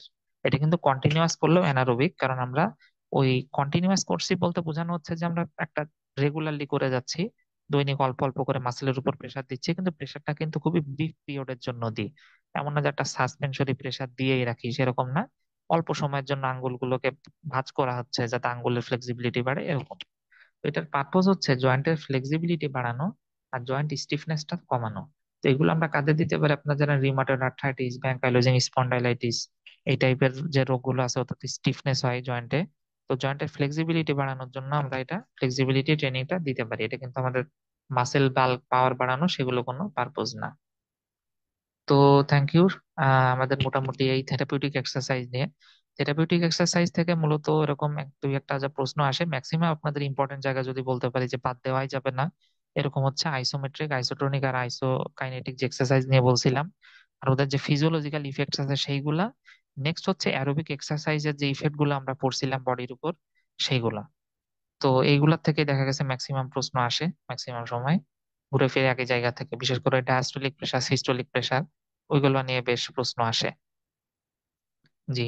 আর ওভারঅল যদি কারো কোনো প্রশ্ন থাকে বা অন্য যে কোনো কিছু জানার থাকে আপনারা করতে পারেন। জি ভাইয়া, একটু কোশ্চেন ছিল ভাইয়া। হুম, বলেন। ভাইয়া একটা কোশ্চেন এসেছিল প্রিভিয়াসলি, যে লং টার্ম ধরে এক্সারসাইজ চালানোর জন্য সোর্স অফ এনার্জি কি হবে? Glucose, hmm. Lactate, ATP? এটার আচ্ছা, মধ্যে এসবি অ্যান্সার কোনটা হবে? লং টার্মের জন্য কোনটা লাগবে? গ্লুকোজ আর কি বলেন? লং টার্ম ধরে এক্সারসাইজ চালানোর জন্য সোর্স অফ এনার্জি কোনটা হবে? Glucose, lactate, ATP? আচ্ছা, দেখেন লং টার্মের জন্য গ্লুকোজ, কারণ হচ্ছে আমাদের এটিপি যে সোর্স ওরা বলছে আসলে তো লাগে এটিপি, কিন্তু এটিপি যেটা আছে ওরা এটিপি বলতে ওই জায়গায় দেখেন এটিপি তো প্রোডাকশন হবে নাহলে আর এনার্জিকে, কিন্তু ওরা এটিপি বলতে বুঝাইছে যেটা, সেটা হচ্ছে ওই যে আমাদের প্রথমে কিছু এটিপি অলরেডি মাসেলের ভিতর থাকে, ক্রিয়েটিন ফসফেট এটিপি এরকম থাকে, ওইটা ইমিডিয়েটলি শেষ হয়ে যায়। এরপর আমাদের যে ল্যাকটেটটা প্রোডাকশন হয় সেটা হচ্ছে আপনার ওই অ্যানারোবিক সিস্টেমের এখানে। আর গ্লুকোজ যেটা থাকে সেটা লং টার্মে দিবে। এই যে আমরা অ্যারোবিক এক্সারসাইজের কথা বলতেছিলাম, যে কন্টিনিউয়াসলি অ্যারোবিক এক্সারসাইজ কিন্তু বলা আছে যে এটা কতক্ষণ সাপ্লাই দিবে, অ্যাজ লং অ্যাজ নিডেড। অর্থাৎ আমরা যখন অ্যারোবিক সিস্টেমটা এস্টাবলিশ করে ফেলতে পারবো, যতক্ষণ ধরে আমি মাসেল অ্যাক্টিভিটি করব ততক্ষণ পর্যন্ত অ্যারোবিকই সাপ্লাই দিতে থাকবে। এখন অ্যারোবিক তো অক্সিজেনটা সাপ্লাই দিচ্ছে, অক্সিজেন যে এটিপি প্রোডাকশনটা যে করবে, এনার্জি প্রোডাকশনটা করবে, তার জন্য অক্সিজেনের সাথে লাগে গ্লুকোজ। সো সেই হিসেবে ওরা বলছে যে গ্লুকোজের কথা, বুঝতে পারছেন? জি জি জি। ভাই আরেকটা কোশ্চেন হুম। ছিল যে আমাদের যেই ডায়াবেটিস থেকে যে আমাদের ফ্রোজেন শোল্ডার হয়, ওখানে কি আমরা এক্সারসাইজ হিসেবে রেঞ্জ অফ মোশন এক্সারসাইজ দিই না? হুম। আর হ্যাঁ। থেরাপি, জি জি, ডায়াবেটিস থেকে যে ফ্রোজেন শোল্ডার হয়, হ্যাঁ। ওখানে আমরা এক্সারসাইজ হিসাবে তো রেঞ্জ অফ মোশন ROM যেটা ওটা দিই, তাই না? জি। আর থেরাপি হিসাবে আমরা কোনটা দিই, লেজার নাকি ইউএসটি? আচ্ছা। যদি এসবি হ্যাঁ, হ্যাঁ। আসে যে ফ্রোজেন শোল্ডারে জি, যদি জি, আমি, এটা এটা একদম ফিক্সড অ্যান্সার, ইউএসটি। বুঝছেন? এটা ইউএসটি, এটার একটা আছে, মানে আমাদের তো ওয়ার্ডে এটা মানে রেগুলারলি ইউজ হয়, বুঝছেন, ইউএসটিটা ফ্রোজেন শোল্ডারের জন্য। আর এটার আপনি রিজনটা আপনাকে আমি বলে দিচ্ছি যে ইউএসটি কেন হবে। ইউএসটি, আপনি কি আপনি ইউএসটি টপিকটা পড়ছেন বা পড়া হয়েছে এমনি? জি জি জি, পড়া হয়েছে, জি। হ্যাঁ, হ্যাঁ, হ্যাঁ, হ্যাঁ। ইউএসটি তে আমরা একটা কথা বলা আছে, আমরা স্পাইনাল কর্ড বা ওইখানে কিন্তু ইউএসটি দিই না। এটা কেন দিই না, জি কন্ট্রা ইন্ডিকেটেড। কারণ হচ্ছে ওখানে ক্যাভিটেশন হইতে পারে, মানে ইউএসটির কাজই হচ্ছে ক্যাভিটেশন বা এগুলো করা। আমরা যদি ওটার একটু বেসিকও দেখি, যে ওটা যেহেতু একটা সাউন্ড ওয়েভ, কোনো প্রকারের রে না কিন্তু, যেমন ধরেন আমাদের ইলেকট্রিক কোনো কিছুও না, আবার আমরা যে ইনফ্রারেড এগুলোর মতো যে কোনো রে, মানে রশ্মি, সহজ কথা আলোক রশ্মি, সেরকমও না। তো এটা জি কি, জি এটা একটা সাউন্ড ওয়েভ, মানে এটা সবকিছুর ভিতরে একটু ভাইব্রেট করে দেয়, কাঁপাই দেয়, এরকম। আমাদের ফ্রোজেন শোল্ডারে যেটা হয়, আমাদের ওইখানে একটা যে ফাইব্রাস টিস্যু বা কোলাজেন টিস্যু এগুলা মিলে জয়েন্টটাকে স্টিফ করে রাখে, বুঝছেন? তো এই জি জি। জয়েন্টের স্টিফনেসটা কমানোর জন্য আমাদের এই ফাইবার গুলো ভেঙে ভেঙে দিতে হবে। তো এইটার জন্য ইউএসটি টা সবচেয়ে বেস্ট, যে ইউএসটি, এবং এইটাই দেওয়া হয় ম্যাক্সিমাম ক্ষেত্রে। তো আমরা ইউএসটি টা দিব, দেওয়া হয় এভাবে যে ইউএসটি দিয়ে আমরা একটু ফাইবার অল্প অল্প ভেঙে দিই।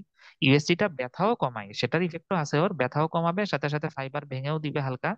এই যে দিল, দেওয়ার সাথে সাথে, এমন না যে এখন ইউএসটি দিছে পরে অন্য কোনো সময়, ইউএসটি দেওয়ার সাথে সাথেই দেখেন, তখন একটু গরম গরম আছে, তো জায়গাটা মোটামুটি নরম আছে, ফাইবার ভাঙছে, তখনই ওই রেঞ্জ অফ মোশন এক্সারসাইজ দিতে হয়, যাতে ওই আগের রেঞ্জ অফ মোশন ফিরে পায় রোগীটা, মানে ফাইবার আরো টান পড়ে। তো ইউএসটি হবে এটার অ্যান্সার আর কি। জি, থ্যাংক ইউ। আর আরেক আর যে একটা কোশ্চেন ছিল, করবে একটু? হ্যাঁ, হ্যাঁ, বলেন, সমস্যা নেই। জি জি, আমাদের পিএমআর এ অ্যানেস্থেসিয়া হিসাবে কোন ধরনের লেজার আমরা ইউজ করি, হিলিয়াম নিয়ন নাকি কার্বন ডাই অক্সাইড এসবি আসলে? উম, এটা অ্যানেস্থেসিয়া হিসেবে, তাই তো? জি। এটা আমাদের পিএমআর এ সম্ভবত হিলিয়াম নিয়নটা ইউজ হয়, আমি যতদূর জানি। তবে এক্সাক্ট, মানে প্রথম কথা হচ্ছে ভাই, লেজার এখন ইউজ উঠে গেছে খানিকটা, বুঝছেন, আমাদের পিএমআর আসলে আচ্ছা এখন আচ্ছা। সত্যি কথা যে পিএমআর এ লেজার ইউজ হয় না এখন। জি জি জি। ওই আগের বইতে ছিল, বা ধরেন আগে পিএমআর এক সময় ইউজ হতো, সেই হিসেবে আসলে আপনাদের পার্ট ওয়ানের জন্য লাগবে পরীক্ষায় পড়া, কিন্তু আসলে ইউজ হয় না, তো এই জন্য বলতে পারছি না। তবে হিলিয়াম নিয়নটা ইউজ হইতো, এটা শুনতাম। কার্বন ডাইঅক্সাইডটা সম্ভবত আহ ওটিতে অ্যানেস্থেসিয়া হিসেবে ইউজ হয় বোধহয়, না ওটিতে? আর যদি ওটিতে অ্যানেস্থেসিয়া হিসাবে কোন লেজার, তখন কোনটা হবে? তখন কি না, না, হিলিয়াম নিয়ন হবে? না, না ভাই, বলি শোনেন, প্রথম কথা হচ্ছে লেজারের ইউজ গেছে কমে, বুঝছেন, আসলে অ্যানেস্থেসিয়া বা না ভাই, ওটিতে বা অন্য কোনো কোশ্চেন আসছে তো, আমি মানে হ্যাঁ, কি হ্যাঁ, আমি বলছি, কোশ্চেন হ্যাঁ, আসার হ্যাঁ, সাপেক্ষে আসলে কনফিউশন গুলো কথা বলতেছিলাম। হ্যাঁ, হ্যাঁ, না সমস্যা নেই, আপনি প্রশ্ন করছেন ওইটা না, আমি আপনার এমনি জানাচ্ছি যে এটা আমাদের কাছে, এই জন্য একটু আমি একটু দেখে জানাচ্ছি আপনারা, বুঝছেন, কারণ আমাদের ইউজ হয় না। আহ লেজার ইউজ হয় একমাত্র এখন শুধুমাত্র ডার্মাটোলজি, ডার্মাটোলজি ছাড়া অন্য কোথাও এখন লেজার আসলে ওইভাবে ইউজ হয় না। আহ দাঁড়ান, আমি একটু ওটা আমাদের দেখে, হিলিয়াম নিয়নটা আমাদের পিএমআর ইউজ হয়, ওটা অ্যানেস্থেসিয়া জন্য কি না, সেটা আপনি পরের প্রশ্নটা একটু করেন, আমি এটা সেটা দেখি, দাঁড়ান। আচ্ছা ভাইয়া, তারপরে আরেকটা ভাই, আমাদের যদি এসবি আকারে আসে যে অস্টিওআর্থ্রাইটিস, আমরা থেরাপি কোনটা দিই? মানে আমাদের তো থেরাপির মধ্যে তো অনেকগুলো থেরাপি অনেক ডিজিজে দেওয়া যায়, যদি এসবি এর জন্য স্পেসিফিক আসে, তাহলে আপনারা ক্লিনিক্যালি ভাইয়া কোনটা প্র্যাকটিস করেন বেশি, বা ওয়ার্ডে কোনটা দিতে দেখেন আচ্ছা, অস্টিওআর্থ্রাইটিসে? অস্টিওআর্থ্রাইটিস, জি, জি, অস্টিওআর্থ্রাইটিস এর জন্য যেটা আছে এখানে, আপনার অস্টিওআর্থ্রাইটিস এর ক্ষেত্রে বিশেষ করে ওই যে লাম্বার রিজনে হয়তো, ধরেন, হ্যাঁ, নি অস্টিওআর্থ্রাইটিস এটা তো একটা হয়, বুঝছেন, কিন্তু জি। আমাদের ম্যাক্সিমাম ক্ষেত্রে লাম্বার রিজিয়ন, যে lumber spondylosis, low back pain, mechanical যে ব্যাক পেইন বয়স্ক মানুষদের হয়, এক্ষেত্রে আসলে জি, এসডব্লিউডি টা প্র্যাকটিক্যালি ইউজ হয়। এসডব্লিউডি, বুঝছেন? আমি আপনারে তাহলে দুই এসবি আসলে তিনটা কি এসডব্লিউ? হ্যাঁ, হ্যাঁ, এসডব্লিউডি দিবেন আপনি, এখানে এমডব্লিউডি ও দিতে পারেন, তবে এমডব্লিউডি টা তো মাসেলের জন্য স্পেসিফিক বেশি, বাট এই জন্য এসডব্লিউডি টা বেশি ইউজ হয়। আচ্ছা ভাইয়া, তারপরে আরেকটু হ্যাঁ, থেরাপি রিলেটেড একটু কোশ্চেন ছিল, মানে যদি হ্যাঁ, আপনি এসবি করেন, আকারে সমস্যা নেই। আমাদের আসে যে আমরা মানে জিবিএস এ কোনটা দিব, তারপরে আমাদের বেলস পালসিতে কোনটা দিব, যেমন বেলস পালসি জিবিএস দুইটাতেই তো আইআরআর, এফএনএস, পিএনএফ, ইএসটি এগুলো তো অনেক কিছু ইউজ হয়, এসবি আসলে কোনটা দিব ভাইয়া? হ্যাঁ, মানে প্রশ্নটা আরেকবার একটু বলেন, এসবি এর কোনটা? ভাইয়া, আমরা যেমন থেরাপির ক্ষেত্রে যেমন আইআরআর থেরাপি, ইএসটি, পিএনএফ, মানে আমরা থিওরিটিক্যাল পড়াশোনার ক্ষেত্রে আমরা তো দেখি হুম। যে বিভিন্ন থেরাপি বিভিন্ন ডিজিজে দেওয়া আছে। এখন হ্যাঁ, আমরা যদি স্পেসিফিক আসে যে আমি বেলস পালসিতে কোন থেরাপি দিব, এটার অ্যান্সার কি আচ্ছা হবে? জিবিএস এ আচ্ছা। কোন থেরাপি দিব, মানে এসবি অ্যান্সার আসলে কি দিব ভাইয়া পরীক্ষার জন্য? এই আপনার যে ইয়ে যেটা আছে, বেলস পালসি যেটা আছে, সেটাতে ইনফ্রারেড জি, দেওয়া হয়, বুঝছেন? এটা এসবি আসছে ভাইয়া। হ্যাঁ হ্যাঁ, এসবিএ। এটা তো হচ্ছে জি, ইনফ্রারেড আমরা দিই, ইনফ্রারেডটা দিই। আর হচ্ছে জিবিএস যেহেতু এর। থেরাপি জিবিএস এর ক্ষেত্রে যেটা আছে দেখেন, জিবিএস এর ক্ষেত্রে আমরা ইএসটি একটা আছে যেটা, ওইটা জি জি দেওয়া জি, হয় ESP। ইএসটি, হ্যাঁ ওইটা, ইলেকট্রিক স্টিমুলেশন যেটা ওটা।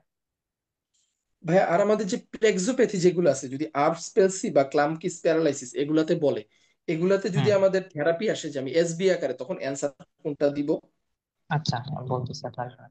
আমাদের শুধুমাত্র ওই যে বেলস পালসির ওইটা ধরেন আইআরআর দিচ্ছি, আর ওইটাতেও ইএসটি দিতে পারি। আর আমি ইএসটির ওই ব্যাপারটা একটু বলি। ধরেন আমাদের মাসেল কন্ট্রাক্ট করতো, আপার মোটর নিউরন লেশন বা লোয়ার মোটর নিউরন লেশন, কোন একটা কারণে আমাদের মাসেল এখন আর কন্ট্রাক্ট করতেছে না, একটাতে তো টোন বেশি থাকবে আর একটা টোন কম থাকবে। সেটা যাই হোক, মেন কথা হচ্ছে মাসেল তো উইক আছে, এখন মাসেল পাওয়ার কমে গেছে, তাই না? সেটা জিরো জি জি হইতে পারে, আমরা তো পাওয়ারের গ্রেডিংও জানি। এখন এই যে মাসেল কাজ করতে পারতেছে না, এখানে আপনি কোন থেরাপিটা দিবেন? তাহলে দেখেন, এখানে কিন্তু নার্ভ প্যারালাইসিসের জন্য আপনি কোন একটা কাজ করতে পারতেছেন না, মানে মাসেল কন্ট্রাক্ট করতে পারতেছেন না। তো এই রাইট। মাসেলটাকে যদি আপনি এই অবস্থায় রেখে দেন, সেটা ওই যে মাসেল অ্যাট্রফি হয়ে যায়। এইটা জি প্রিভেন্ট করার জন্য আমরা আর্টিফিশিয়ালি, হ্যাঁ পেশেন্টে তো রিকভারের একটু টাইম দিবই, আমরা বেসিক ট্রিটমেন্ট ওগুলা তো দিবই, পাশাপাশি এই মাসেলটা যাতে কন্ট্রাক্ট না করতে করতে এটা যাতে অ্যাট্রফি না হয়ে যায়, অথবা আমরা খানিকটা হেল্প করি না, পেশেন্ট হয়তো হালকা একটু ইলেকট্রিক ইম্পালস যাচ্ছে ওইখানে, সেটা এনাফ হচ্ছে না মাসেল কন্ট্রাকশনের জন্য, আমরা বাকিটা সাপ্লাই দিই, সেটা দিলেও তো কন্ট্রাক্ট হবে। এই কাজগুলো করার জন্য হচ্ছে ইএসটি। অর্থাৎ ইএসটির কাজ হচ্ছে ইলেকট্রিক স্টিমুলেশন, যেটা সেটা হচ্ছে আমাদের এই ব্রেনের সেরেব্রাল কর্টেক্স থেকে স্টিমুলেশন, যে আমাদের মাসেলকে যেভাবে কন্ট্রাক্ট করে, তো সেই কাজটা আমরা একটা আলাদা থেরাপি দিয়ে করাই দিচ্ছি, সেটা হচ্ছে ইএসটি দিয়ে। এক্ষেত্রে আমরা নিডল বা কোনো কিছু আমরা ওই পেশেন্টের মাসেলের ভিতর রাখি, রেখে ইচ্ছা করে আমরা কন্ট্রাক্ট করাই মাসেলটাকে, কারণ হচ্ছে যাতে একটা ব্যায়ামের মধ্যে থাকে, বুঝতে পারছেন, মাসেলটা জি জি অ্যাট্রফি না জি। হয়ে যায়। তো এরকম যখনই কোনো প্যারালাইসিস বা এরকম কিছু পাবেন, বুঝবেন ওখানে ইএসটি টা দেওয়া হয়। আচ্ছা, আর একটা আপনারা বলি, যদি কোনো ব্যথা হয় নার্ভ রিলেটেড, যেমন ধরেন আমাদের পিএলআইডি, অথবা যেমন ব্রাকিয়াল প্লেক্সোপ্যাথিতে একটা পেইনের কথা যদি বলে, যে কোনো নার্ভ রিলেটেড পেইন কমানোর জন্য হচ্ছে টেন্স। তাহলে একটা জি মানে ইএসটি আপনি এসবি একটা জানলেন আমরা যে, টেন্স দিব। হ্যাঁ টেন্স, তাহলে নার্ভ রিলেটেড ব্যথা টেন্স, মাসেল কন্ট্রাক্ট করাইতে হবে, প্যারালাইসিস টাইসিস হয়ে গেছে সেটার জন্য ইএসটি। মাসেল একদমই কাজ করতে পারতেছে না, প্যারালাইসিস যা হয়েছে ওইটা জীবনে কোনোদিন ঠিকও হবে না, তখন আমরা একটা ওই যে এফএনএস ইউজ করি। এফএনএস মানে যে ফাংশনাল নিউরোমাসকুলার যেটা আছে, জি জি, নিউরোমাসকুলার প্রস্থেটিক যেটা, স্টিমুলেশন। যে ওইটা হচ্ছে জাস্ট পার্মানেন্ট সারা জীবনের জন্য ওটা ইউজ করে যাইতেই হবে, কারণ ওটা ঠিক হবে না।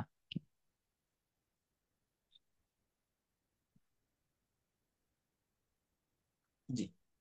কোন থেরাপি দেই এসবি এর জন্য যদি বলি? কোনটা কোনটা? প্লান্টার ফাসাইটিসে। আচ্ছা, প্লান্টার ফাসাইটিস যেটা আছে আমাদের, প্লান্টার ফাসাইটিস এর ক্ষেত্রে আমাদের একটা প্লান্টার ফাসাইটিসে থেরাপি বেশ কয়টাই দেওয়া যায়, কিন্তু আপনি এখানে ইয়ে দিতে পারবেন, ইউএসটি টা বেশি ভালো, বুঝছেন? কারণ এই এখানে যে ফাসা ইনফ্লামেশন এক্সামে থাকে আসলে তো। ভাই এসবি তে। হ্যাঁ হ্যাঁ, ইউএসটি দিবেন। জি।